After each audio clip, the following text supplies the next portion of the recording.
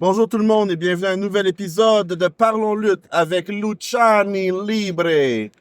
Aujourd'hui, c'est un épisode stacked parce que j'avais besoin de parler, guys, à cause qu'il y a eu tellement de choses qui se sont passées dans les euh, dans la dernière semaine.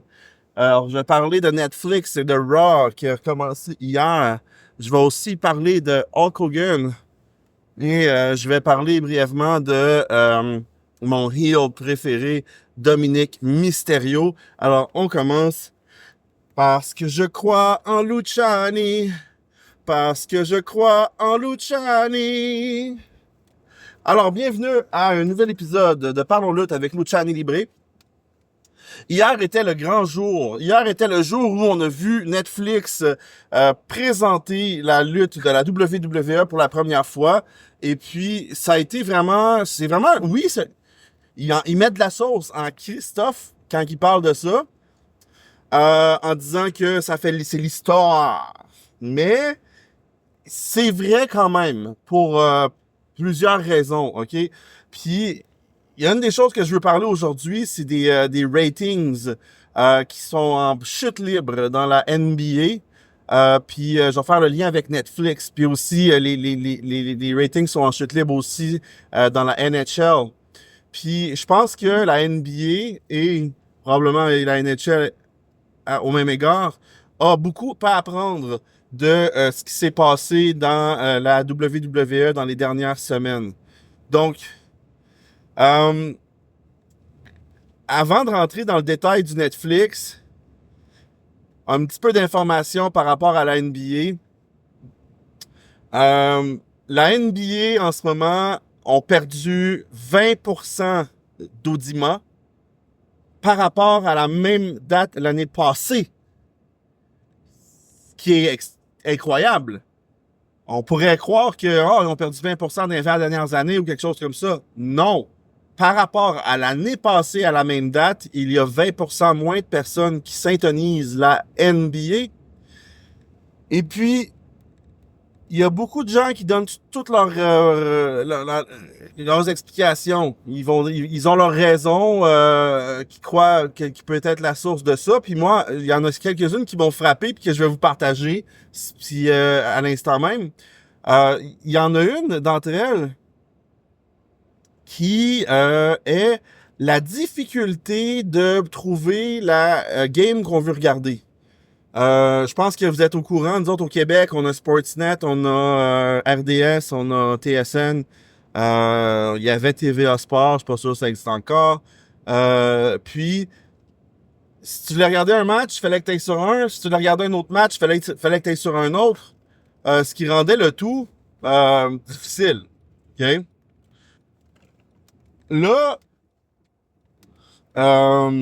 la solution que certaines personnes trouvaient, c'était de s'abonner à l'application de la Ligue. Exemple, à NBA, il y avait NBA League Pass, où on pouvait, à cet endroit-là, accéder à beaucoup de matchs. Puis je dis beaucoup, hein, je dis pas tous les matchs, parce que c'est ça le point. Puis peut-être que la NHL, c'était similaire. Là, ce qui se produisait là-dessus, c'est que tu avais accès à tous les matchs qui n'étaient pas diffusés dans ta zone à toi. Donc, si une soirée, il y avait 12 matchs dans la NBA, puis que sur les 12, il y en avait 4 matchs qui étaient diffusés sur TSN ou Sportsnet, qui sont des channels que tu peux t'abonner ici au Québec, évidemment, ben ces 4 matchs-là n'étaient pas disponibles sur l'application NBA League Pass. Ce qui est un peu fâchant parce que tu payes cher en tabarnak là, pour t'abonner à ça. Mais en même temps, tu te dis, bon, ils ont signé des ententes avec les diffuseurs, puis c'est leur gagne-pain. Fait que tu te dis, bon, je comprends la raison derrière ça, tu sais. Mais néanmoins, c'est ça qui fait que c'est difficile. Moi, je commencerai pas à m'abonner parce que moi, on est des cord cutters à la maison. On n'a pas le câble, OK? Fait qu'on s'intonise tout par le streaming, OK? Fait qu'on a accès à tout.tv, on a accès à toutes tes applications pour tes postes préférés si on le voulait. Sauf que là, ce qui arrive, c'est que oui, il faut que tu t'abonnes à la carte. OK? Fait que si t'es abonné à Netflix, tu payes Netflix, t'es abonné à Disney+, tu payes Disney+, t'es abonné à Prime, tu payes Prime. Fait que là, ça fait beaucoup d'abonnements qui s'additionnent, évidemment. Donc, nous, à la maison, puis comme beaucoup de gens, on fait des choix, là. On s'abonne pas à tous les services en même temps, tu sais. Fait que moi, je vais pas m'abonner et à Sportsnet, et à TSN, et à NBA League Pass, et à WWE Network, avant, et à Netflix, et vous comprenez. Je m'abonnerai pas à tout ça. On va faire des choix. Mais quand je fais mes choix, c'est qu'à un moment donné, je vais manquer des matchs. Il y a des matchs que j'aurais voulu regarder que je pourrais pas. Là, vous allez me dire, mais tu peux le regarder d'une autre manière sur Internet. Certes. Oui, tu peux faire ça. Mais je fais pas ça, moi, parce que premièrement, c'est gossant, il y a des pubs, il y a des pop-up, puis oui, je sais, j'ai un adblocker, pareil. C'est juste pas le fun, OK? L'expérience est pas bonne, là. Elle est pas plaisante, là. J'ai pas juste ça à faire, moi, de commencer à chercher un lien gratuit, entre guillemets, pour regarder un match, là, tu sais. Fait que moi, j'aime ça passer par les canaux légaux, puis comme ça, c'est super user-friendly. Puis c'est beaucoup plus fluide et beaucoup plus plaisant. La qualité est meilleure. Donc, je crois que le principal problème dans la NBA, c'est ça. Puis il y en a d'autres problèmes. La qualité du spectacle a diminué. Je vous ennuierai pas avec ça. Vous écoutez pas un podcast qui s'appelle Parlons basket, vous écoutez Parlons lutte. OK? Sauf que justement, il y a un point qui est intéressant. Puis là, ça va faire un deuxième lien avec la lutte. Le premier lien est le suivant, c'est que je crois qu'en faisant le move qu'ils ont fait, la WWE, en passant sur Netflix, nous au Canada pour l'entièreté du catalogue, aux États-Unis pour Raw, ils viennent de rendre l'accessibilité très facile. Puis ils mettaient l'accent là-dessus hier pendant le spectacle. Ils disaient que c'est la première fois dans l'histoire où 80% de la planète pouvait regarder le spectacle en même temps. Donc ça, c'est ce que Netflix permet. Et puis, bon, il y a beaucoup de gens qui étaient sûrement déjà abonnés à Netflix. Il y en a qui ne l'étaient pas, mais ils peuvent s'abonner avec un moindre coût. Donc, c'est super facile d'accès. Tu n'as pas besoin de passer par ton câbleau distributeur local. Tu vas carrément faire affaire avec Netflix. Bon, décentralisation, on enlève de l'argent probablement dans les poches de nos compagnies et tout ça. Mais à un moment donné, on n'arrête pas le progrès. Puis, c'est ça qui est ça, là, tu sais. Fait que, ça a été le premier point. Je pense que la NBA devrait s'inspirer de ce que Netflix a fait par rapport à ça pour l'accessibilité, rendre facile l'accès aux produits. OK? Donc, la deuxième chose qui est liée avec la WWE puis la NBA, c'est que oui, le spectacle de la NBA a diminué des dernières années. Au début, c'était impressionnant de voir Stephen Curry shooter des 3 points à profusion parce que c'était, premièrement, le seul qui le faisait, puis aussi bien, puis aussi de manière aussi élégante. OK? Maintenant, les statistiques avancées, merci au film Moneyball, mais ça pour dire que, je dis ça un petit peu en grinçant des dents parce que on est rendu quasiment que les joueurs qu'on a sur le terrain sont à moitié robots, là, à moitié joueurs. Parce que ils vont se fier à 100% dans le fond aux algorithmes. Puis c'est la raison pour laquelle ils lancent tant de 3 points, parce qu'il a été déterminé que ça c'est pour les geeks, là. Après ça, je vous assure que je fais le lien avec la WWE. Il a été déterminé que c'était plus payant un 3 points, même si tu le réussissais juste 35% du temps, que un 2 points que tu réussis à, je sais pas moi, 55% du temps. OK? Puis là, ça, c'est des chiffres que je fabrique, là, mais pour donner une idée, juste pour le principe, là, comprenez le principe, c'est que bon, c'est vrai que on le réussit moins souvent les 3 points, mais le point additionnel qui est 50% de plus qu'un 2 points finit par compenser la perte au niveau de la réussite vis-à-vis le nombre de lancers qu'on a pris. Donc là, ça a créé que bon, tout le monde shoot des 3 points dans la NBA à qui mieux. Il y a eu un match la semaine passée ou il y a 2 semaines où les deux équipes comme ensemble ont lancé 70 3 points et en ont rentré à peu près 13. Là ça a été un mauvais match, mais ça a été comme un peu l'exemple parfait de ce qu'on n'aime pas regarder, nous, en tant que fans, tu sais.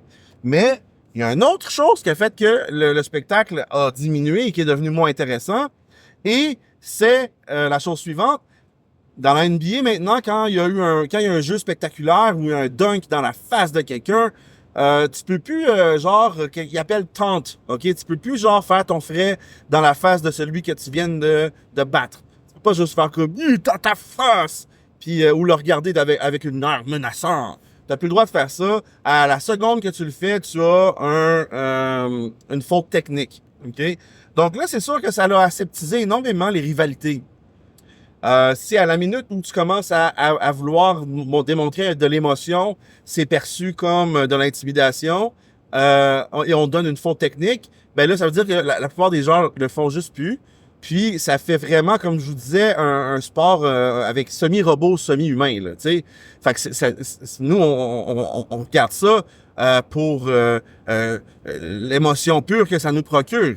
On regarde pas ça juste d'un angle statistique, le sport professionnel ou le sport divertissement. Puis, malheureusement, la NBA, je pense qu'elle est en train de passer à côté de quelque chose. Parce que, et là, le lien est là, on nous dit ce qu'on aime voir, nous, puis ce qui vend, puis depuis toujours, depuis l'âge des gladiateurs. On veut pas du sang, mais on veut du drama. On veut du drama, on veut des rivalités, on veut des émotions fortes. Puis là, quand j'écoutais ça, j'ai dit, mais Colin, c'est exactement le point que je martèle, moi, depuis des semaines, quand je parle de la AEW versus la WWE. On veut pas juste du monde qui se tape sa tomate, on veut des rivalités, on veut des histoires, on veut du drama. C'est ça que la WWE fait de très très bien également. Elle nous amène du drama. Puis c'est pour ça que, oui, t'aimes pas ça quand les gens ils cotent des promos parce que tu trouves ça long, mais tu sais, soit écoute-le dans une autre langue pour que tu l'entendes mieux, que tu le comprennes mieux, parce que Pat Laprade puis Kevin Raphaël reprennent les micros pour Netflix. C'est vraiment génial. Bravo à eux. Félicitations. Ou mets les sous-titres peut-être pour comprendre mieux, parce que c'est sûr que si tu regardes juste une fois par 3 mois, tu connaîtras pas nécessairement l'histoire qu'il y a derrière la rivalité, puis pourquoi les deux personnes se parlent aussi longuement. Mais si tu suis ça de manière assidue, ça a beaucoup de sens, puis ça rend le spectacle ô combien plus agréable. OK? Donc, ça, c'était le point. La NBA devrait s'inspirer de la WWE. Elle devrait repermettre aux joueurs de montrer de l'émotion. Et comme ça, si on a plus de drama puis qu'on a une facilité d'accès aux produits, c'est une recette gagnante, selon moi. Donc, bravo à Triple H, Paul Levesque, puis Adam Silver, Callis. Faites quoi? Ton produit, man, il est rendu pas le fun à regarder. OK? Donc, ça, c'était par rapport à ça. Fait que, tu sais, Netflix, hier, ils ont mis la gomme. C'était impressionnant, surtout les 15 premières minutes. La qualité du produit était extraordinaire. Il y a eu des ratés. Il y a eu des choses qu'on va sûrement ajuster. Je parlais avec mon frère, puis il y a la bâche noire ou la toile noire qu'ils ont mis sur le ring. Est-ce que ça va être ajusté? Parce qu'on voyait qu'elle bougeait quand les lutteurs prenaient leur coup. On s'est dit, crime, ça peut pas peut-être donner un accident, je sais pas. Mais à tout le moins.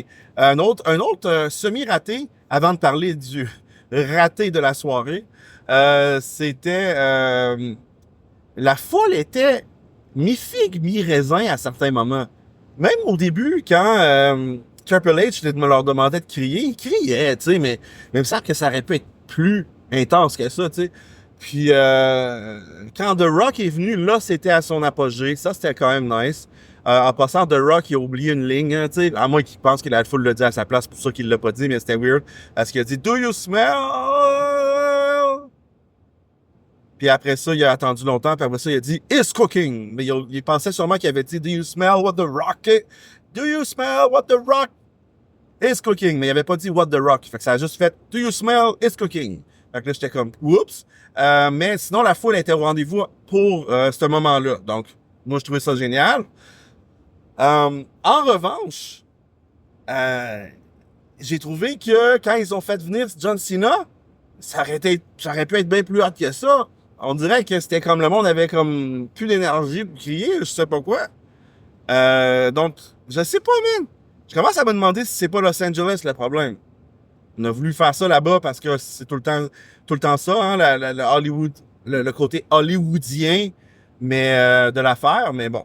Maintenant, euh, avant que je passe pour parler à Hulk Hogan, à un moment donné, man, Roman Reigns, là, il s'en allait prendre un souplex, puis ça a vraiment pas donné un souplex, il est tombé sur la tête. Je sais pas si vous l'avez vu. J'ai eu peur, man, pendant 2 secondes, pour de vrai. Puis c'était pas un DDT, là, tu sais, genre, c'était pas voulu, je pense pas que c'était voulu, en tout cas. En tout cas, il s'est relevé. En passant, ses souliers étaient malades mental. D'habitude, tu sais, il y a ben, souvent, il y a des Air Jordan dans les pieds, là. Mais hier, c'était comme des Air Jordan faits en bottes de lutte, là, tu sais, c'était quand même sweet baby Jesus. C'était vraiment nice. Donc, c'est ça qui m'a marqué également dans la soirée d'hier. Moi, c'est ça. Je vous parle de ce que j'ai envie de commenter et non pas juste rapporter ce qui s'est passé. Vous l'avez sûrement vu. Donc, mais parlons-en maintenant. Parlons-en. Pauvre, pas tant, mais oui en même temps. Pauvre de nous, mais je sais pas, pauvre qui. Euh, Hulk, Hulk Hogan.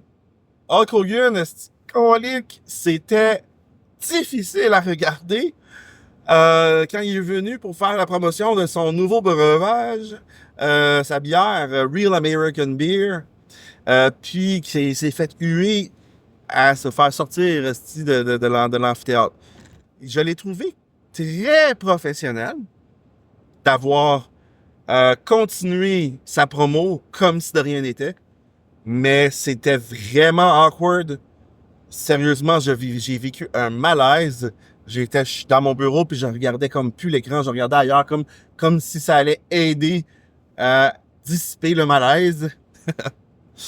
Après ça, je me suis dit, mais non, Chris, je suis pas là en vrai. Je suis pas dans une salle d'attente au médecin puis que je regarde ailleurs pour éviter un malaise. Je suis chez nous dans mon bureau, il y a personne d'autre. Fait que là, j'ai continué à regarder puis à prendre toute la mesure de ce malaise.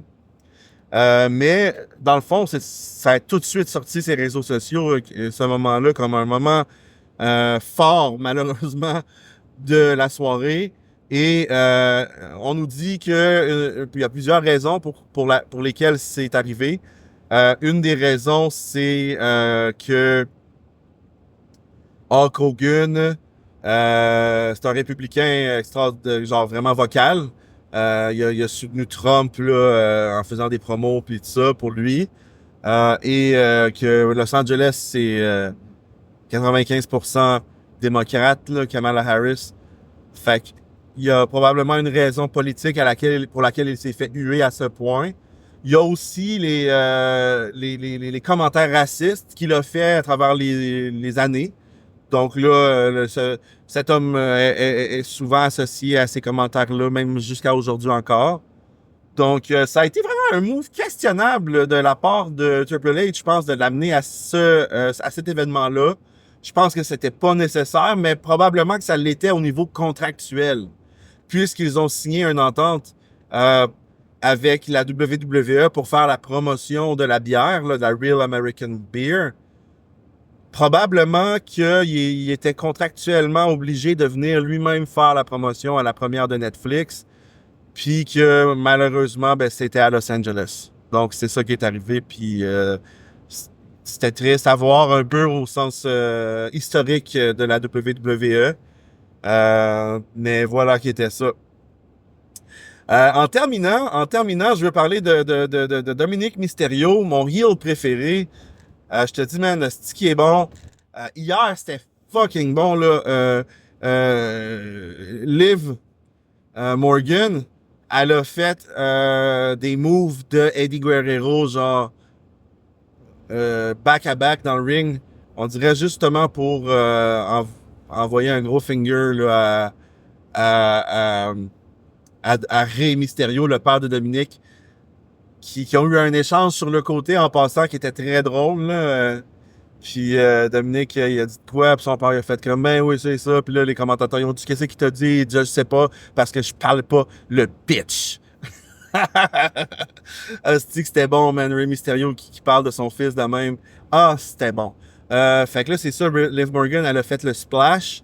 Puis elle a fait le Tres Amigos. Le Tres Amigos, où c'est comme 3 souplex genre de suite. Puis ça, tu sais, fait que, tu sais, la nuance est fun, là, tu sais, ben, pour les amateurs de lutte. je trouve. Mais là, ce qui m'a fait rire, c'est, dans le fond, cette semaine, ou là, 2 semaines, Dominique Mysterio qui était en podcast, en entrevue à celui de Chris Van Vliet. Puis, ça a l'air qu'il mange des chicken tenders, genre, tu sais, genre de doigts de poulet, là, tu sais. Tout le temps, là. Il adore ça, là, pané, évidemment.